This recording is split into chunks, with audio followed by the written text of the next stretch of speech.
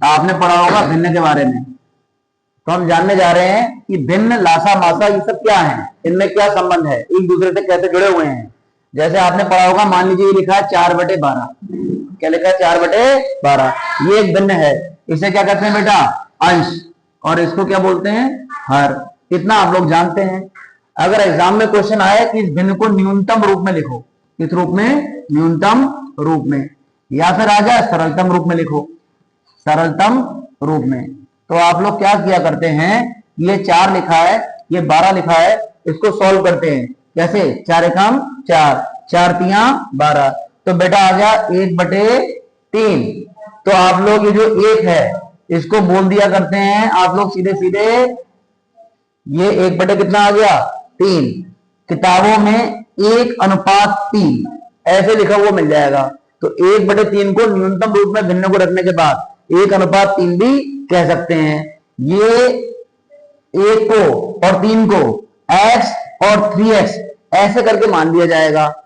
इतना आप लोगों ने पढ़ा हुआ है। समझ लीजिए फिर से, कोई भी अगर भिन्न लिखी हुई है इस तरीके से, तो इस भिन्न को न्यूनतम रूप में लिख सकते हैं। काटा पीटी करते हैं और फटाफट देखते हैं कि ये 1/3 आ गया। न्यूनतम रूप में लिखने के बाद इसे 1:3 भी कह सकते हैं। और ये बेटा x है, ये 3x है, ऐसे मान लेते हैं। और अब जानिए रहस्य की बात, ये जो x होता है, ये x एक्चुअल में होता है मासा। क्या होता है? मासा। और अगर 1:3 गुणा x इनकी आपस में गुणा कर दें तो जो मिलता है वो होता है लासा।